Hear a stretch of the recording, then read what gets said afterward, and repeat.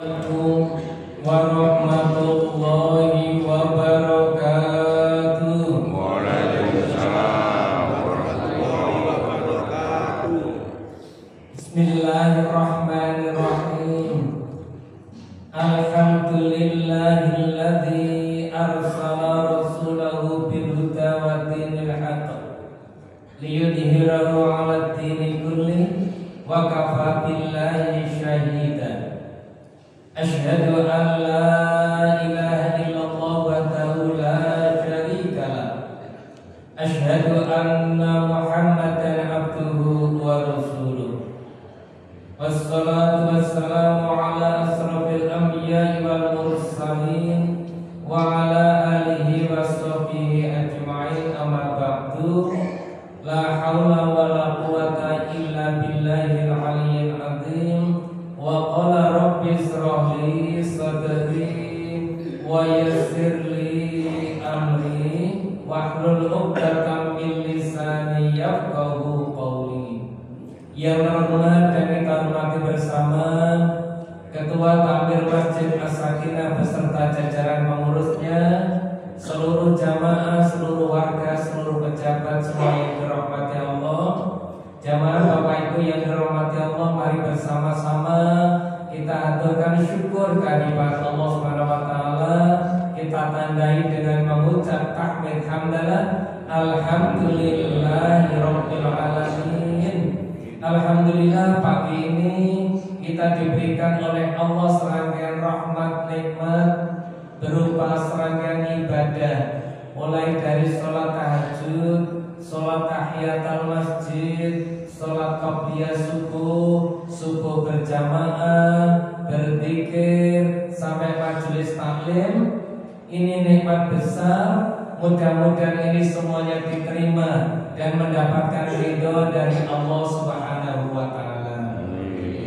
Shalawatullah wa salamuhu, semoga Allah selalu limpahkan kepada uswatun hasanah kita, junjungan kita Rasulullah Muhammad sallallahu alaihi wasallam. Yang ketiga, Bapak dan Ibu, rumah besar kita, tempat kita berkumpul, tempat kita ibadah, tempat kita mengabdi kepada Allah, Masjid As-Sakinah ini kita doakan, kita mohonkan kepada Allah agar dijadikan satu tempat, satu masjid yang selalu penuh barokah, yang selalu membawa kebaikan-kebaikan dan manfaat, sehingga siapapun yang ambil bagian di tempat ini, dari mulai sholat Jumat, sholat berjamaah, ngaji, taksir, atau sekedar mampir saja, tetap mendapat barokah dan rahmat dari Allah Ta'ala. Hadirin para bapak ibu yang dirahmati Allah, salah satu nikmat besar yang Allah berikan kepada kita, yang mana nikmat itu tidak diberikan kepada umat yang lain, yaitu kita ditakdirkan menjadi umatnya Nabi Muhammad sallallahu alaihi wasallam. Itu nikmat besar. Karena perlakuan Allah Ta'ala terhadap umat-umat terdahulu dan umatnya Nabi Muhammad sallallahu alaihi wasallam itu berbeda. Maka di kesempatan ini saya akan membahas dua sisi dari beliau. Karena beliau adalah lengkap, saya membahas dua sisi saja. Sisi pertama saya ambil dari ayat Allah, surah Al-Anbiya ayat 107. Wa ma arsalnaka illa rahmatan lil alamin. Satu, sebagai rahmatan lil alamin. Nanti yang kedua saya ambil yaitu uswatun hasanah. Uswatun hasanah. Ibu bapak yang dirahmati Allah, yang pertama rahmatan lil alamin. Allah berfirman, tidakkah kami mengutus engkau Muhammad kecuali menyelamatkan seluruh alam, penyelamat seluruh alam. Mengapa Allah Ta'ala memberikan isyarat penyelamat? Berarti dalam waktu itu, masa itu, dunia sedikit atau sangat berbahaya. Jamaah yang dirahmati Allah, ketika Rasulullah Shallallahu Alaihi Wasallam lahir pada tahun 571 Masehi, 571 Masehi, itu keadaan dunia secara keseluruhan itu berlaku keadaan yang disebut jahiliyah. Jahiliyah. Perlu diketahui bahwa jahiliyah saat itu tidak hanya berlaku di Arab Saudi saja, tapi seluruh dunia berlaku hukum rimba. Tatanan dunia sudah kacau balau. Satu di antaranya yang paling menderita adalah kaum wanita. Kaum wanita saat itu dianggap sebagai barang, bisa dijual, bisa dibeli, bisa dipakai, sehingga di mana-mana terjadi kekacauan, sampai-sampai kalau punya anak perempuan dianggap aib. Karena kalau punya anak laki-laki bangga bisa diajak berperang. Orang miskin semakin tertindas, yang kuasa semena-mena. Itu seluruh dunia. Agama-agama besar waktu itu belum bisa menjawab permasalahan dunia. Sehingga seorang orientalis bernama Stoddard menyatakan dalam terjemahannya itu, seandainya Tuhan tidak mengutus Muhammad, sungguh dunia ini sudah akan gulung tikar. Karena saking gelapnya hukum, saking gelapnya tatanan kehidupan dunia. Di mana-mana, di Parsi, di India, di Tiongkok, di Romawi. Ketika Rasulullah diangkat oleh Allah jadi Rasul, maka tatanan itu mulai dibenahi, ditata sedikit demi sedikit. Yang pertama kali ditata ialah derajat kaum wanita. Diangkat menjadi terlindungi, terhormat, mulia, sampai beliau memberikan rambu-rambu al-jannatu tahta aqdamil ummahat. Surga berada di bawah telapak kaki ibu.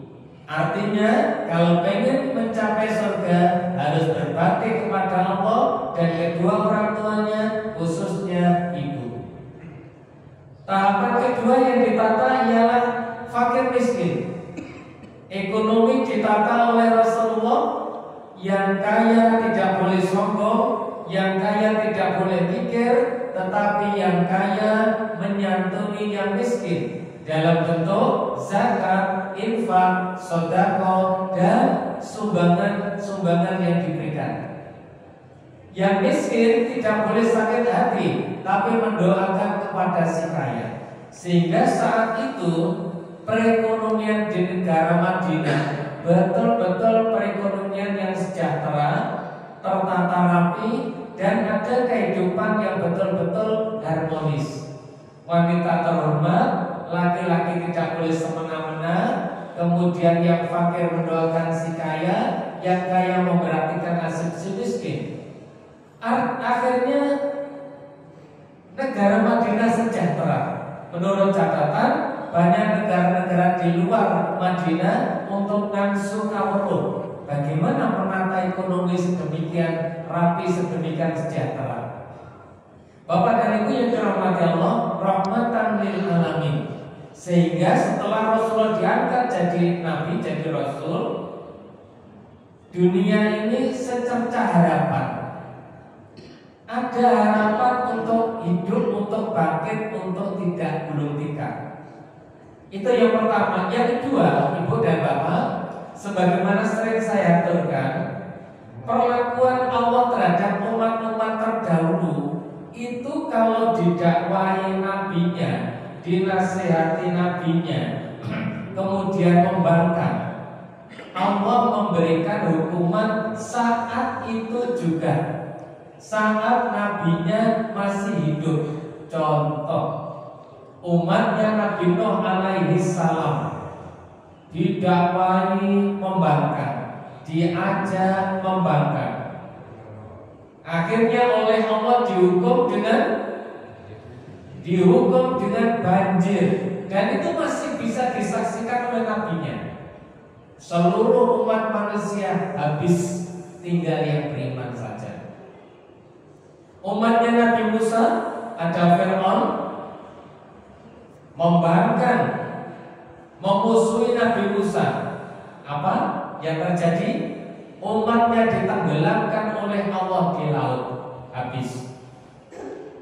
Umatnya Nabi Lut selalu membangkang dengan perilaku homo, dengan perilaku seksual yang menyimpang, dinasihati tidak mempan, Allah hukum dikutuk menjadi monyet atau kera. Kemudian ada lagi yang dihukum oleh Allah, dihujani dengan kerikil panas 7 hari 7 malam. Ada lagi yang dihukum oleh Allah, buminya dibalik. Itu apa? Hukuman yang Allah berikan kepada umat-umat terdahulu. Begitu Rasulullah Muhammad SAW diangkat oleh Allah, dan beliau sangat dicintai Allah, sangat disayangi Allah. Kita umatnya ikut kebagian kasih sayang Allah. Ciri-ciri umat beliau dibanding umat terdahulu, kalau umat terdahulu umurnya panjang-panjang, tenaganya kuat-kuat, ibadahnya kuat-kuat. Begitu umatnya Rasulullah Muhammad SAW, umurnya pendek, tenaganya ringkih, ibadahnya sedikit, permohonannya maksimal. Tapi perlakuan Allah berbeda. Walau umurnya pendek, ibadahnya sedikit, setiap kebaikannya selalu dibalas, tidak satu lawan satu. Balasan Allah setiap kebaikan umatnya Rasulullah ini, satu dibalas minim 10. Minim 10. Atasnya 10, 30, 50, 70, 100, 700.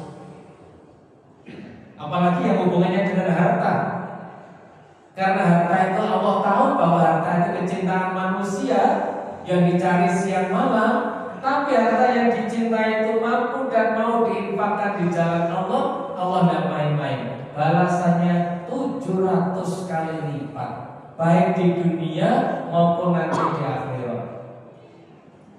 Itu perlakuan Allah terhadap umatnya Nabi Muhammad SAW. Belum lagi tambahi lagi keistimewaan Lailatul Qadar. Sekali ibadah di saat itu lebih baik dari 1000 bulan. Belum lagi ditambah lagi siapa yang bisa ke Masjidil Haram, sekali sholat di sana sama dengan 100.000 sholatan di tempat lain. Siapa berhasil ke Masjid Nabawi 1000 kali, sekali sholat di sana laksana 1000 kali sholat di tempat lain. Perlakuan Allah yang luar biasa yang Allah berikan kepada umat Islam, umatnya Nabi Muhammad SAW. Alhamdulillah. Allahumma sholli ala Muhammad. Bapak dan Ibu yang dirahmati Allah, itu dari segi pahala. Dari sisi dosa, kalau umat terdahulu melakukan dosa langsung diadab, umatnya Rasulullah SAW kalau melakukan kesalahan, melakukan dosa, Allah menunggu taubatnya. Allah menunggu taubatnya. Sehingga kalau seorang hamba melakukan salah dosa, kemudian ia menyesal dan taubat kepada Allah, Allah sangat senang, Allah sangat ridho, Allah Kalau terlalu dablek ya, terlalu nemen tidak mau taubat, gelis banget, nggak taubat, maka Allah tunda hukumannya besok di akhirat. Besok di akhirat. Kecuali satu dosa. Apa satu dosa?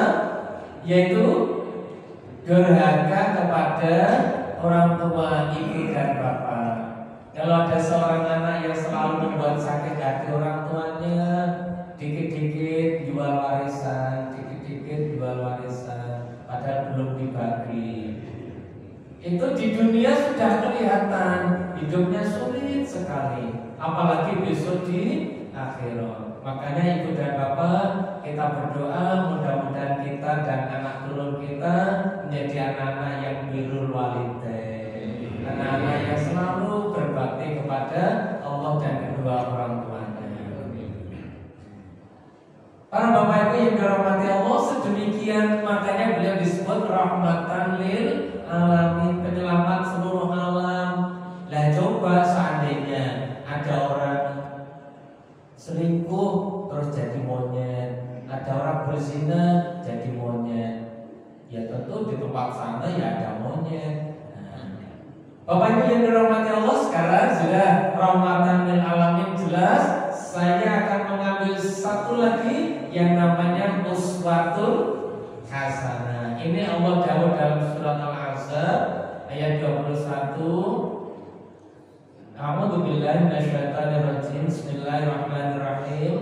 Laqad kana lakum fi Rasulillahi uswatun hasanatun liman kana yarjullaha wal yawmal akhir wa dzakarallaha katsiran.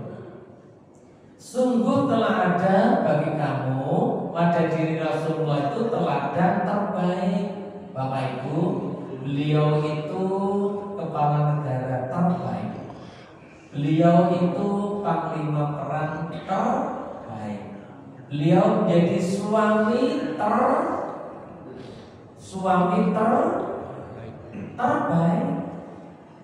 Dan beliau menjadi anggota masyarakat terbaik. Makanya kalau kita mengagumi, jangan mengagumi manusia biasa. Bapak Ibu kok sewenang kalian Prianto biasa, seneng banget, mesti berakhir dengan kecewa. Contoh yang gampang sederhana, misalnya para bapak, para ibu ditanya, Bapak Irin ini orangnya baik apa jelek? Mesti jenengan jawab baik. Kenapa ibu bapak menjawab baik? Karena panjenengan bergaul dengan saya hanya sebentar. Namun sekedar jenengan panggil kula 1 jam boten wonten, mesti ketok atine. Lah cobi panjenengan ngetone kula. Sehari baik, 2 hari baik, 3 hari komentar podo. Terus bergaul malis wiswe alam nemen. Itu kalau manusia biasa memang menipu. Sukses di satu bidang mesti kurang di bidang yang lain, mesti ngoten kalau manusia biasa.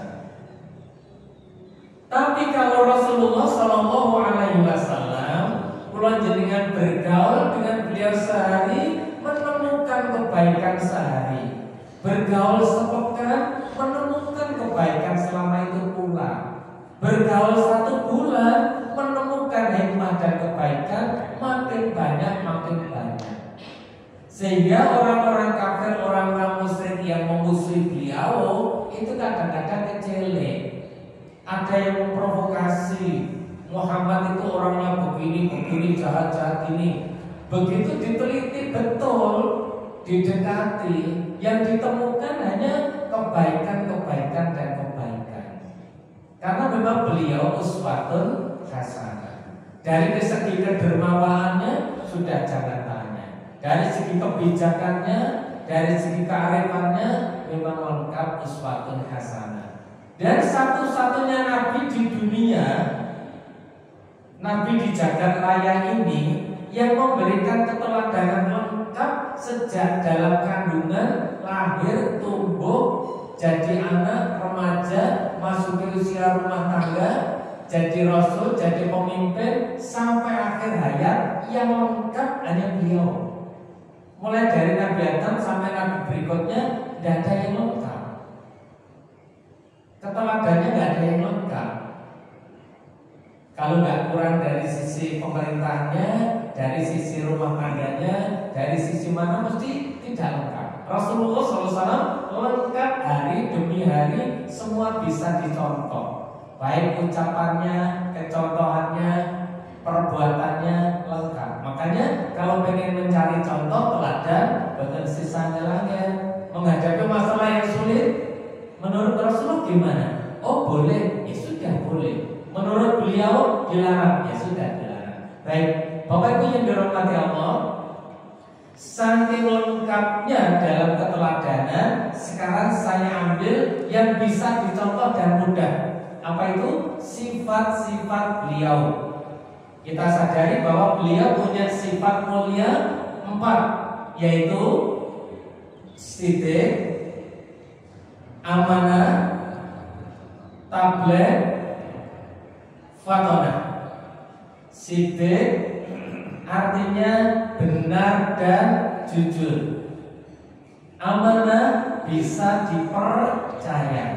Tabligh menyampaikan syariat Islam. Fatonah cerdas. Nah, sifat-sifat inilah yang beliau contohkan dalam kehidupan, yang mana beliau berharap umatnya juga ikut meneladani. 1. Siddiq artinya benar dan jujur. Ternyata beliau sangat wanti-wanti tentang kebenaran dan kejujuran. Sampai beliau bersabda, "Alaikum bisidqi, fa inna sidqa yahdi ilal birri, fa innal birra yahdi ilal jannah." Wajib umatku jadi orang yang jujur dan benar, karena jujur dan benar itu selalu mengarah kepada kebaikan, dan kebaikan-kebaikan itu selalu mengarah kepada surga. Wa iyyakum wal kadhiba, wajib bagi umatku meninggalkan bohong. Fainal kadhiba yahdi ilal fujuri, karena kebohongan itu mesti mengarah kepada kejelekan, kerusakan. Fainal fujura yahdi ilan nar, dan kejelekan, kerusakan mesti mengarah kepada neraka. Ibu dan bapak, terus yang dimaksud dengan benar apanya? 1, mutlak yang harus dan wajib ialah siddiqun niyat. Kenapa? Siddiqun niyat, niat yang benar. Jangan sampai salah niat. Niat ini penentu. Saking penentunya Rasulullah bersabda, innamal a'malu binniyat. Sesungguhnya amal itu diterima atau tidak tergantung niat. Siddiqul amal, biayanya sama, rekosonya sama, beratnya sama, niatnya beda, hasil akhir akan berbeda. Maka wanti-wanti siddiqun niyat, niatilah setiap langkah, setiap amal dengan niat yang benar. Makanya dipasut dengan ucapan bismillah. Makan bismillah, pakai baju bismillah, melakukan kebaikan bismillah. Apa maknanya bismillah? Karena Allah, manut Allah, dilindungi Allah. Yakin? Kalau sudah mengucap bismillah berarti dilindungi Allah. Langsung, tidak usah ditambah, ngedruk kaki kiri 3 kali, ditambah selumun selamat. Dilindungi langsung oleh Allah. Dan yang terakhir, bismillah itu ialah hasil akhirnya mendapatkan ridho Allah. Ibu bapak, tujuan tertinggi dari sebuah amal ialah mendapatkan ridho Allah. Siddiqun niat. Yang kedua, setelah niatnya benar, pokoknya lillah lebih, tidak ada niat yang lain. Semua dikerjakan lillah, karena Allah. Setelah siddiqun niat, yang kedua siddiqul amal. Amalnya juga benar. Kalau sudah niatnya benar, mesti amalnya juga benar. Tidak boleh niatnya benar, amalnya salah. Bismillah, niat ingsun rasani, loh gak nyambung, gak bisa. Nah, setelah bismillah, karena Allah, manut Allah, dilindungi Allah, dan terakhir mendapat ridho Allah. Siddiqul niat, siddiqul amal. Bapak, Ibu, siap jadi orang yang benar? Kencur loh Bapak Ibu, jadi orang benar itu tidak punya beban, enteng banget. Jadi suami benar, jadi pegawai ya benar, jadi karyawan ya benar, jadi anggota masyarakat ya benar, jadi istri ya istri ya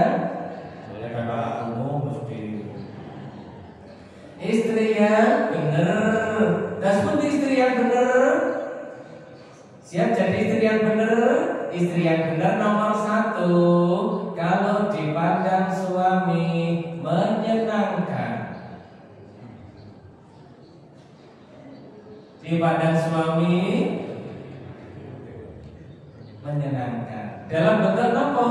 Wajah yang berseri-seri, wajah yang sumringah, wajah yang bercahaya, tidak rengut, tidak berdudut, tidak mendung, sakit. Istri yang benar dipandang suami menyenangkan. Kalau disuruh taat, kalau suami tidak ada di rumah bisa menjaga diri. Kalau suami yang benar selalu mencukupi kebutuhan istri, bertanggung jawab keluarga untuk taat kepada Allah, tidak pernah memanggil istri dengan sebutan yang merendahkan, tapi selalu memanggil istri dengan sebutan yang menyenangkan. Monggo istri panjenengan sukanya dipanggil apa? Misalnya dipanggil mar'atus sholihah, wahai istriku yang sholihah, wahai istriku yang hebat, wahai istriku yang pintar ekonomi, wahai istriku yang pintar mendidik anak, wahai istriku yang pintar mengarahkan suami. Sebutan-sebutan itu ada, tapi jangan wahai istriku yang cerewet, jangan. Walaupun itu ada, karena tidak suka. Begitu juga bapak-bapak, ayo menjadi suami yang benar, selalu tidak pernah mencela masakan istri. Apapun jenis masakannya selalu dipuji. Rasulullah suka memuji makanan. Oh, ini kesenangan saya. Sampai beliau pernah memuji makanan itu apa?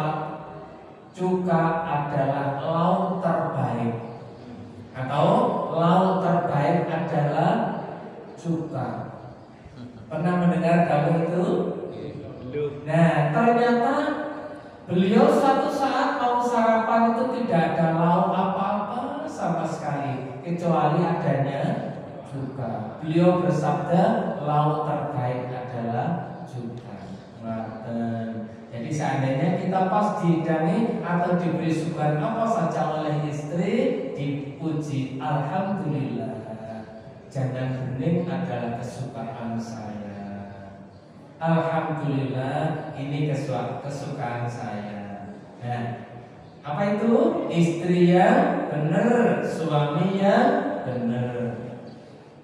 Bahkan saya menganjurkan suami istri itu sangat terbuka dalam hal HP. HP masing-masing digeletakne, siapa yang pengen melihat masing-masing HP, tidak ada batasan sama sekali. Boleh. Baik Bapak Ibu yang dirahmati Allah, mudah-mudahan kita ditakdirkan Allah menjadi orang-orang yang sidik, benar dan jujur, benar niatnya, benar amalnya, benar ketika bicara, benar ketika mencari rezeki, benar ketika menjadi suami, benar ketika menjadi istri, benar ketika menjadi anak, dan benar menjadi hamba Allah. Insya Allah dengan benar-benar dan benar kita akan mendapatkan syafaat Rasulullah SAW. Nah, setelah benar amal, benar niat, benar memahami Islam, benar dalam segala hal. Orang kalau benar hidupnya tidak punya beban, sehingga ketika mau wafat, sakaratul maut, diberikan rekaman amal-amal yang benar, amal-amal yang baik. Masuk sifat kedua, amanah, bisa dipercaya. Jangan sampai terjadi seperti ucapan di masyarakat, apa itu? Kalau dititipi uang selalu berkurang, kalau dititipi omongan selalu bertambah. Nah itu biarlah cerita saja. Bagi kita tetap amanah, bisa dipercaya. Dan yang paling penting lagi ialah sifat Rasulullah, namanya tabligh. Kenapa? Tabligh. Tabligh itu berdakwah, menyampaikan syariat Islam. Para ibu bapak, perlu diketahui, isi syariat Islam itu sudah sempurna, sudah lengkap isinya. Tapi proses menyampaikannya ke orang lain belum selesai. Belum selesai.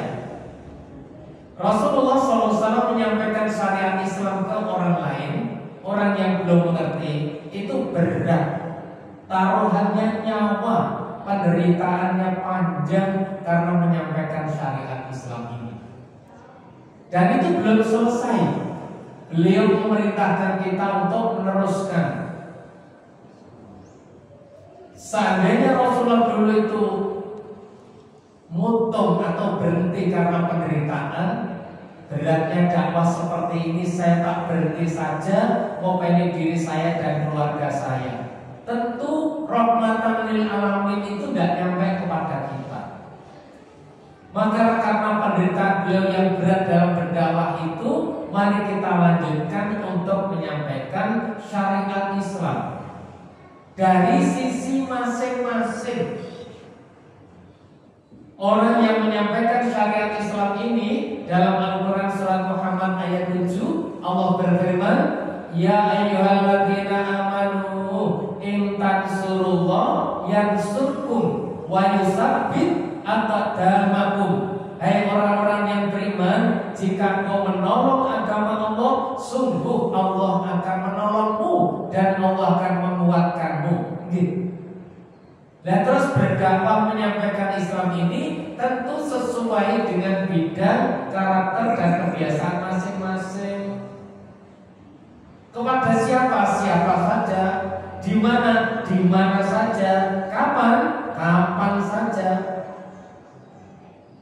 Misalnya pun di masjid ini ditawarkan ada khatmil Quran, ada kuliah subuh, ada tahsin Quran, kemudian ada santunan dan lain-lain, itu termasuk dakwah juga. Satu yang perlu dengan rodo angel, yaitu mengajak saudara kita yang belum sholat. Wonten tanggi sing dereng sholat wonten Bu? Tanggi wonten, kanca nggih wonten. Nah ternyata tetangga kita yang belum sholat itu aslinya pengen sholat, aslinya. Cuman mengikuti mulai dari mana beliau belum bisa. Sering loh kita dengan lewat wirawiri ke masjid itu diceng lewat jendela.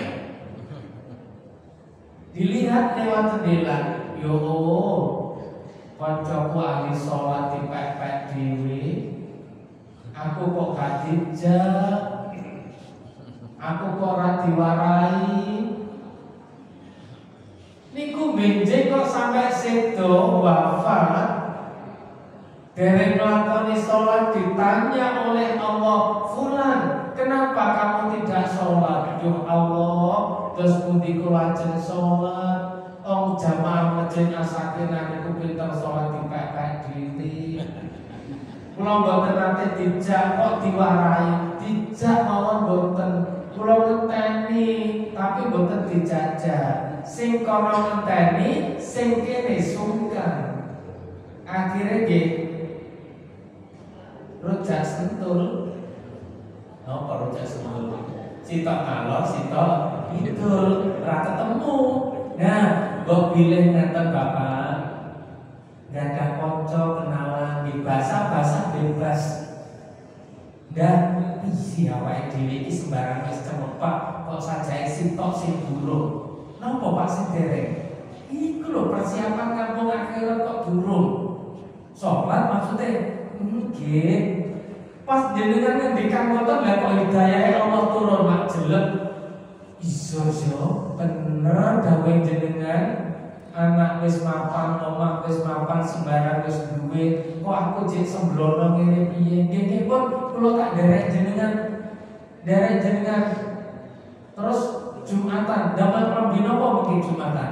Wis macam-macam tanglet, buara dijak, diakhiri digonceng sepeda motor, dibetong mlebet masjid. Lah kok kaget. Maces, ya Allah, koncoku kok api-api. Sing diomong kok yo api-api, kabeh api-api. Atine semono atine cocok, mulai kok Jumatan sing ngejak diseneni. Sampai ngejak keluarga saiki kamu gak piyen-piyen. Niku mengke saumur beliau kelingan aku biyen gelem pertama kali Jumatan gara-gara dijak Pak A iki lho. Iku ganjarannya terus mengalir. Ibu-ibu nggih ngoten, kanca plek bolong plek tangga sing durung anut di WA. Ayo kembali ngaji. Oh ngapunten, kula mangke tesih rencanane ajeng Loroboyo. Kok. Wis pokoke golek alasan sampai gak mantap ngoten lho. Saking golek alasan. Sekali diajak ndak berangkat, dua kali diajak ndak berangkat. Yang ketiga Grisin, yo wis pulang kalau sama ayo kapan ngaji? Barang ngaji, loh kok sing diomong api-api, hatiku kok cocok. Nah, pas ngoten niku hidayah Allah turun. Go, sakniki semangat ngajak nggih. Ibu, Bapak, jenengan atau semerap naminipun sales. Sales sing dodol ginjo niku lho. Dodol wedang. Ngoten niku lek nawane barang dagangane ngoten kendel napa isi. Pol jam 12 siang rumah ditutup ya didodok pengen menawarkan dagangannya. Itu sales. Lah kula jenengan dititipi oleh Allah dan Rasulnya syariat Islam. Ajaran Islam sing mesti apik bener membawa keselamatan. Ngono ki lho nek arepe namakne, arepe ngejak gek mengoge. Padahal jenengan ngejak niku mulia sesuai bidangnya masing-masing. Para bapak ibu yang pensiunan, nah, di komunitas beliau, para ibu-ibu di komunitas panjenengan, dengan bahasa jenengan. Pas jenengan ngendikan hidayah Allah turun Mas. Jelek kroso. Sampun to mboten sasungkan-sungkan. Wong Kanjeng Nabi niku mboten trimo ditolak, dimusuhi, dilempari wis macam-macam. Beliau terus maju. Terus pundi? Mboten sasi-sisi nggih. Maca-maca sing dereng salat, dereng ngaji, juga di WA napa di silaturahim. Nek perlu dibentuk tim sukses. Didata, sasarannya didata dulu. Sopo ya? Koncoku iki. Mesakne pergi niate lillah. Mesakne koncoku nek sampai ke bagian rahmat. Di sasarannya ditentukan. Timnya dibentuk, di-training dulu. Caranya sing sopan, sing lembut, nek perlu gawa oleh-oleh. Didatangi sekali, mendar. 2 kali bunda, 3 kali grisinen. Grisinen budal, barang budal cok-cok, estu niki nek boten-boten enten-entenan. Enten tiyang sing nekat budal ning masjid. Wis nekat kok budal ning masjid. Dilalah ning masjid petuk kancane dilekne. Kadingaren. Rasinggung, montong rasido. Walah, kadingaren cek ditambahi maneh. Kadingaren pembalik gejolan sandal. Lho. Jenenge lambe luwe kadang-kadang yo gedhe ngoten niku. Lah pramila go ngesakne tangga kanca boros sing dereng roleh rahmate Gusti Allah pun dijarne duka di WA, disilaturahmi, napa ditanyakan kabarnya, disarankan ditawari. Nah, ditawari kan bejenas sakin ada program ini, pilih yang mana. Ini bahasa-bahasa jenengan sing nyambung kaya bolong-bolong ngoten niku lho nggih tablet. Nek pengin oleh syafaate Kanjeng Nabi, yo ayo sidik, yo ayo amanah, yo ayo tablet. Lah kok nek ditableti wong liya lagi bengok-bengok. Nggih. Ngaten simpulanipun para rawuh ingkang dipun rahmati Allah. Ngaten dengan sakit kulaturaken ingkang menika, mugi-mugi kula panjenengan saya taat, saya cinta dhateng Allah dan Rasul-Nya. Sifat-sifat beliau kita ikuti, kemudian kita tindak lanjuti dengan harapan kula panjenengan esklasus selamat dunia selamat akhirat. Amin. Para rawuh moga sareng-sareng nyuwun dhateng ngarsanipun Allah Subhanahu wa taala, kula ingkang maos donga panjenengan kang mengamini insyaallah dengan amin panjenengan sedaya insyaallah dijabahi Allah taala. Bismillahirrahmanirrahim. Alhamdulillahirabbil alamin. Allahumma shalli ala sayyidina Muhammad wa ala ali Muhammad. Hamdan sakirin, hamdan na'imin, hamdan yuafi ni'amahu wa yukafi masidah. Ya Rabbana lakal hamdu kama yanbaghi li jalali wajhika wa 'azimi sultanik. Allahumma ighfir lana wa li walidayna warhamhum kama rabbayana shighara. Allahumma sahhil umurana wa hassil maqasidana. Allahumma inna nas'aluka ridhoka wal jannata wa na'udzubika min sakhatika wan nar. Ya Allah ya Rahman ya Rahim, pagi ini keluarga besar Jamaah Masjid As-Sakinah menyelenggarakan ngaji, majelis ilmu, majelis taklim. Semuanya itu ya Allah kami kerjakan hanya semata-mata ingin mengharapkan ridho-Mu. Untuk itu ya Allah terimalah amal kami, terimalah ibadah kami, kabulkanlah doa kami, mudahkanlah urusan kami, lapangkanlah rezeki kami, jadikanlah anak-anak kami menjadi anak-anak yang saleh-salehah, anak-anak yang birrul walidain, anak-anak yang sukses dunianya, sukses akhiratnya. Ya Allah jadikanlah di antara kami menjadi orang-orang yang bersaudara.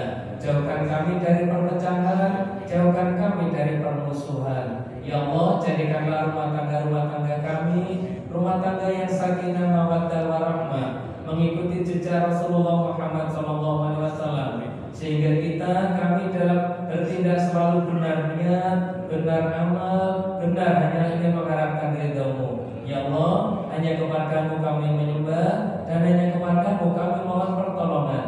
Untuk itu ya Allah, kabulkanlah doa kami. Rabbana atina fid dunya hasanah wa fil akhirati hasanah wa qina adzabannar. Subhana rabbika rabbil izzati amma yasifun wa salamun alal mursalin walhamdulillahi rabbil alamin. Amin.